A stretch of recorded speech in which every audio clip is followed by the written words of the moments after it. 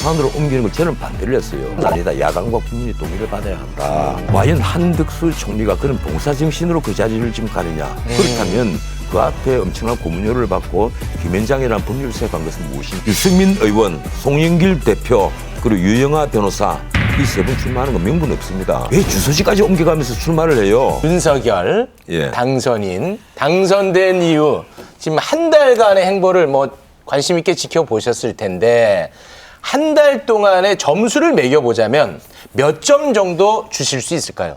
윤석열 가령 당선인 같으면 참신함을 택할 것이냐 아니면 통합을 택할 것이냐 이 문제였습니다. 네. 그런데 윤석열 당선인은 처음부터 통합을 얘기했고 네. 지금도 그 주변에 이 통합에 걸맞는 소위 전 민주당 출신의 올드보이들 네. 이 나이와는 상관없어요. 올드보이들 안철수 그리고 또 김한길, 네. 김병준 이런 사람들만 포진하고 있지 않습니까? 네. 예. 결국은 통합이 목적이고 네. 참신함은 없단 말이에요. 네, 그래서 점수는 예, 몇 점입니까? 국민들의 눈길을 끄는 새 인물이 전혀 없다. 저 역시 지금은 이 과락을 면하는 61점만 드리겠습니다. 아, 61 점? 앞으로 여기서 더 올라가야 된다. 그래서 80점, 90점, 100점까지 올라갔으면 참 좋겠다. 청와대 대통령 집무실 이전 이 문제에 너무 천착한 나머지 지지율을 좀 까먹었던 거 아니냐 뭐 이런 얘기가 있는데 그것의 진짜 문제는 뭔가 하면 대통령과 참모들, 이 장관들이 거리가 멀어요. 세종시에 가 있잖아요. 네. 이 세종시에 있다가 대통령을 만나려면 적어도 서너 시간 걸립니다. 그리고 가까운 그러니까 비서들이 참모 역할을 하는데 그 비서들도 걸어서 10분 걸려요. 위민관에서 올라가면. 그래서 문재인 대통령은 위민관에도 사무실을 만들어 놓고 네. 거기서 직무를 했다는 건데 네네네. 결국은 국민과의 소통의 문제였단 말이에요. 문 대통령도 그런 말을 했습니다. 취임사에서 네. 광화문에서 퇴근길에 나가서 시장에 들렸어. 네. 시민들과 나는 얘기를 하겠다. 근데 그건 지키지 않았습니다. 네네. 그리고 윤석열 당선인도 광화문 시대를 열겠다 했을 때 모든 국민들은 나는 소통하는 대통령이 되겠다. 그렇게 알아들었단 말이에요. 맞습니다. 근데 그게 아니고 용산으로 옮기겠다. 예. 네. 그래서 용산으로 옮기는 걸 저는 반대를 했어요. 그건 아니다. 야당과 국민의 동의를 받아야 한다. 합참을 한 가보면 그 시설이 엄청나요. 그 이전하는데도 엄청나게 힘비됩니다. 네. 그래서 저는 어차피 대통령이 하면 대통령 당선인이 옮기기로 했으니까 옮기기는 옮겨야 되겠는데. 그렇죠. 그런데 이게 이제 걱정입니다. 다음 대통령이 난 다시 청와대로 갈 거야. 그러면 이제 어떻게 할 것이냐. 예. 그래서 이 문제는 앞으로라도 이 윤석열 당선인께서 취임을 한 다음에 네. 야당과 국민에게 진지하게 네. 이 설득을 하고 다시 한번 동의를 구해야만 한다. 취임 이후에요? 예, 취임 이후에라도 지금 급하게만 하는 것 자리를 옮겨서라도 옮겨서라도. 이 문제는 다시 한번 진지하게 설명을 전체적인 해야만 이제 할 과정에 문제인데요. 대해서 다시 한번 왜 그런가 해야 하면 된다. 청와대는 단순히 대통령이 직무하는 곳이 아니에요. 이거 민주주의의 하나의 메커니즘에서 네. 하나의 중요한 장치입니다. 이게가 네. 그 대통령이 어디에 위치하느냐 하는 문제는요. 네. 그리고 그 주변에 장관실이 어떻게 위치하느냐, 그리고 참모들은 어디 있느냐, 비서들은 어디 있느냐 하는 게 알겠습니다. 그 나라 민주주의의 척도를 증명하는 거예요. 한덕수 국무총리 후보자에 대해서 뭐 당선인은 최선의 선택이었다고 자부하고 있는 것 같은데 변호사님께 보시기에는 어떠셨습니까? 근데 이분은 이번에 그 말씀하신 걸 보니까 올드보이는 아니에요. 현안을 정확히 꿰뚫고 있어요. 아, 그래요? 예, 가령 소득주도 성장 정책의 어떤 문제를 가져왔고 네. 우리나라 재정 건전성이 왜 중요한지 네. 이것이 우리나라의 최후의 보루다 이런 표현까지 썼단 말이에요. 우리 국정 안정을 위한 최후의 보루다. 그리고 앞으로 난 무엇보다 주목하는 것이 가령 국제 수지 뭐 관리를 해야 된다 이런 문제도 있지만은 마지막에 그분이 거론한 생산성 향상. 네. 이게 우리가 그 한 단계 더 업그레이드하기 위한 굉장히 중요한 조건입니다. 그런데 이런 문제까지 거론하는 걸로 봐서 나 이분이 올드보이는 아니다. 그런데 문제는 그렇습니다. 이분은 그 김현장이라는 데 가는데 하필이면 그게 론스타와 계속 연결이 돼요. 네. 그래서 과연 여기에 대한 진지한 해명 없이 이분이 앞으로 버틸 수 있을 것이냐. 중요한 자리에 관료로 나가는 사람들은 소명의식이 있어야 된다는 걸 난 믿습니다. 네. 근데 자기 희생 정신, 예. 내가 나라를 위해서 자, 이 나이에 이렇게 나는 봉직을 하겠다. 문제를 봉사하겠다. 이런 정신이 있어야 된다는 걸 믿는데 과연 한덕수 총리가 그런 봉사정신으로 그 자리를 지금 가느냐. 그렇다면 그 앞에 엄청난 고문료를 받고 김현장이라는 법률을 세워간 것은 무엇이냐. 법률회사 변호사가 간다면 그 문제되는 것은 딱 하나밖에 없어요. 정관영우인데 네. 이분은 법조인이 변호사가 아니에요. 아니란 말이에요. 네. 그렇다면 과연 미국에서 말하는 로비스트냐? 아. 그걸 해명해야 될 문제가 있는 겁니다. 본인은 자문했다는 건데 과연 자문력으로 몇 년 동안에 18억이나 되는 돈을 네. 제공할 수가 있느냐? 만에 하나라도 돈에 굴신한 분 같으면 공직은 받지 않아야 합니다. 하지만 나는 그렇게까지는 생각하고 싶지 않아요. 윤석열 그 당선인이 선택을 한 최선의 카드였으니까 여러 가지 의미가 있단 말이에요. 여소야대에서 무리 없이 인준을 통과를 해야 되는데 인준 절차를 통과해야 되는데 네. 이 점도 있고 또 지역 배려도 해야만 하고 또 통합이라는 대원칙에 있어서 정말 흠없는 사람을 찾다 보니까 네. 거기에다가 지금같이 세계 지금 경제 재편 시기 아니에요? 네. 코로나 이후에 지금은 뭐 물가도 오르고 그리고 지금 이게 물가 오르는 게 문제가 아니라 스태그플레이션 단계에 지금 진입을 하고 있습니다. 이 단계에 있어서는 총리부터 경제부총리 그리고 하는 총재까지 문제가 들어 원팀이 필요하단 말이에요. 네, 조금 정리가 필요할 것 같습니다. 그런 네. 의미에서 네, 한대수 네. 총리는 최선의 선택일 수가 있어요. 정치적 관념에서. 안철수 위원장이 총리 안 하겠다고 얘기를 했습니다. 그러고 나서 이준석 대표가 선대위원장으로 모실 거다 이런 이제 공언을 했는데 오늘 보니까 선대위원장도 안 가겠다. 나 그런 거 많이 해봤다. 뭐 이런 얘기를 하던데 뭐 어떤 생각이 있을까요 지금? 원래 대통령제에서 총리제는 네. 국무총리 자리는 들어갈 때는 멀쩡한 사람이 들어가서 나올 때는 때가 묻어서 나오는 자리입니다. 그 자리가. 그렇잖아요. 이 본인이 대통령의 명을 받아서 국정을 통할하는 자리란 말이에요. 네. 이 자리에서 본인이 할 게 없어요. 본인이 대통령이 하지 않는 악역만 대신하는 거예요. 이 국회에 가서 질의응답이나 하고 대국민 사과나 할 때 나서고 하기 힘든 말이나 해야 할 때 이러니까 그 자리에 왜 나가려고 하겠어요. 선대위원장 자리 예. 이걸 왜 맡겠어요 지금? 왜요? 지금 이준석 당 체제에 있어서 선대위원장을 해서 지방선거에서 승리를 했다고 합시다. 네. 뭐 예상외로 민주당이 한 3, 4석밖에 못하고 네, 그거- 원안밖에 하지 못하고 네, 그건 공이 나머지는 있잖아요. 전부 다 석권했다. 네. 근데 그게 안철수 선대위원장의 공이 돌아갈까요? 아니죠.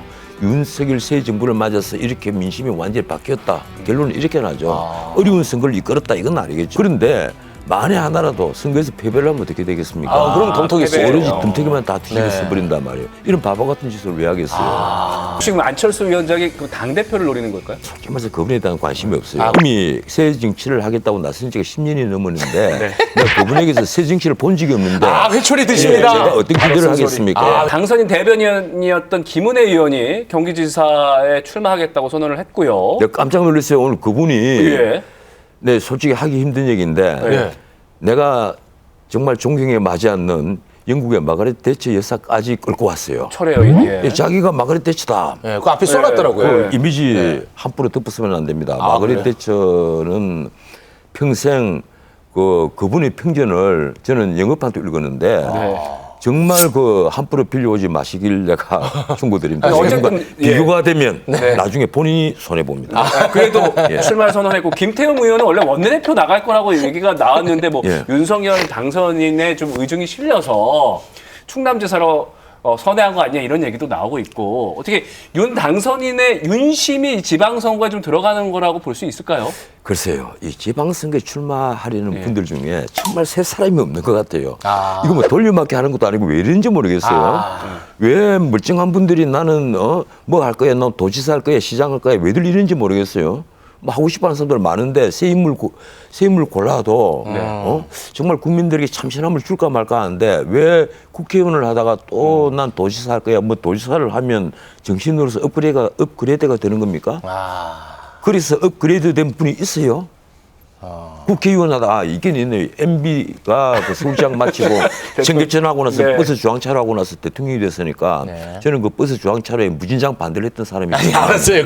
거기까지 예. 가지 마시고. 네, 알겠습니다. 근데 윤심은 반영이 된 거죠? 글쎄 윤심이겠습니까? 본인이 욕심이겠죠. 본인의 욕심이다. 본인이 욕심인데 네. 윤심이라고 흘리겠죠. 그런 겁니까? 지금은 윤석열 당선인의 후광을 받는 것보다 네. 그 아우라를 뒤집어 쓰는 것보다 더 좋은 선거 운동이 어디 있어요. 유승민 전 대표가 경기도지사에 출마했잖아요. 그런데 김은혜 의원을 다시 내보내는 거는 유승민을 죽이기 위함이다. 제가 이게 그 정말 나 다 좋아하는 사람들인데 들으면 섭섭하겠지만 제가 오늘 정말 쓴소리 한번 하죠. 유승민 의원, 송영길 대표, 그리고 유영아 변호사 이 세 번 출마하는 건 명분 없습니다. 왜 주소지까지 옮겨가면서 출마를 해요? 지방장관 자리잖아요. 예. 왜 주소지까지 옮겨가면서 그것도 선거 직전에 명분 유승민 없다. 의원이 경기도에서 살아본 적이 있습니까? 경기도 정책을 뭐 공부를 해서 언제 에세이를 한번 발표한 적이 있습니까? 근데 느닷없이 정치적 궁지에 몰리니까 은퇴를 할까 말까 이러다가 나는 네. 이번에 마지막으로 경기도지사에 승부를 한번 보기로 했다. 이러면서 히딩크까지 끌어들였단 말이에요. 히딩크까지. 아니 그런 거는 뭐 할 수 있죠. 수사적으로. 정치적으로 승부를 하려면 네. 정면 승부를 택해야만 합니다. 정치인은. 그런데 유승민 의원은 지금까지 배신자 이미지를 또 벗었잖아요. 네. 그 배신자 이미지를 벗으려면 정면으로 벗어야죠. 그런 식으로 경기도지사 같은 것은 명분 다른 없다. 분에게 양보를 하고 본인이 나는 정말 마지막 승부를 하고 싶다면 지금이라도 예컨대 자기가 평소에 내놓았던 사회적 경제 기본 법안 그것이나 좀 해명 제대로 했으면 좋겠어요. 송영길 후보는 네, 합니다. 인천시장. 이분은 네. 당대표 나 이 선거 패배 책임지고 물러나겠다. 네. 이래갖고는 물러나서 사찰을 돌다가 네. 경북 영천에 은혜사라고 있습니다. 네. 그 위에 구시암이 있는 정말 좋은 절이에요. 예. 30일 본사 중에 하나인데 거기 또 가 있었는데 거기에 정승호입니까? 그 네, 김남국, 김남국 김남국 찾아갔어요. 이 두 사람이 찾아가서 예. 뭐 쑥닥쑥닥 하더니만 예. 올라가서 이틀 만에 나 서울시장 나갈래 하고 예. 주소지를 송파로 옮겼단 말이에요. 맞습니다. 네. 인천 출신 예. 그런 인천시장. 다선 의원이 예. 인천시장까지 하신 분이 느닷없이 서울시장에 나가겠다. 명분이 없잖아요. 명분이 없어요. 명분이 없잖아요. 서울에서 잠은 자봤겠지만 그분이 명분이 없잖아요. 명분. 거기다 유영하 변호사도 마찬가지입니다. 네. 대구시장. 유영하 변호사가 그냥 대구시장에 출마를 했으면 네. 신문에 기사가 단신으로 나올까요? 그런데 이분이 박근혜 전 대통령이 후원회장이다 이러니까 신문에 크게 나왔단 말이에요. 그렇습니다. 자, 그러면 앞으로 대구시장은요 가령 예비 선거 그렇게 경선 과정이 경선. 그게 이제 본선입니다. 그렇습니다. 네. 거기에 이제 홍준표냐 김재원 최고위원. 그래서 김재원 최고위원은 이제 조금 밀리겠죠. 밀립니까? 솔직히 말해서 밀릴 수밖에 없겠죠. 밀립니까? 예, 그 홍준표냐 이 선발 주자니까 어. 거기다가 유영하냐. 김재원 예. 최고위원보다 유영하 변호사가 더 유리하다 보시는 아마 거예요? 앞으로 이제 그렇게 싸움이 벌어지겠죠. 아니 그러니까 김재원 최고위원한테 갈 표가 유영하 지금은 변호사한테 가는 거예요. 지금은 김재원 유영하가 단일화한다고 또 그러잖아요. 이제 거기 이제 과연 김재원 같은 결이군요. 이거 친박이라는 걸 그 박근혜 전 대통령께서 어떻게 받아들이실지는 모르겠는데. 인정 안 합니까? 모르겠습니다. 네. 나는 그분하고 가깝지 않으니까. 어. 그런데 어떻든 좋습니다. 이 유영하가 만약에 당선이 됐다고 합시다. 그러면 윤석열 당선인 껄끄럽죠. 앞으로 새 정부로서는 껄끄러워요. 그 박근혜 전 대통령 그쪽 세력을 대하는 게 보통 힘든 게 아닐 겁니다. 껄끄러워. 왜 그런가 하면 이번에도 그 승리에 있어서 TK가 최고 그 공문 지역이었단 말이에요. 그렇죠. 예. 거기서 압도적으로 이겼기 때문에 네. 0.73%포인트 차이로 최종 승리를 했거든요. 그런데 이 TK가 완전히 박근혜 대통령 쪽으로 기울었더라. 네. 이 홍준표가 아니고 네. 유영하를 선택했다. 이러면 이제 재밌는 그 역학 관계가 구성되겠죠. 민주당 얘기를 좀 한번 해보도록 하겠습니다. 송영길 전 대표가 시장 나오는 거 굉장히 비판하셨는데. 많이 나셨어. 근데 이제 김영춘, 최재성 같은 이제 86그룹이 이제 정계 은퇴하겠다고 발표를 했잖아요. 이런 부분은 좀 평가해 줄 수 있는 부분이 있지 않겠습니까? 김영춘 전 의원. 예. 난 이번에 정말 박수를 쳤습니다. 야, 물러갈 때를 이렇게 아는 사람이 있었구나. 야, 그 용기 있는 행동이군요. 사실 굉장히 아까운 친구예요. 이 이 김영춘 의원은 공부도 많이 하고 네. 그리고 늘 이 성품이 유하고 남에게 듣기 싫은 소리를 잘 못하잖아요. 예, 그런데 저도 전혀 몰랐어요. 이렇게 물러날 줄은. 나는 이제 출마도 안 하고 진짜 이제 물러나겠다. 그래서 나 이 친구가 어디 발목 잡힌 게 있는가 싶었더니 그것도 아니에요.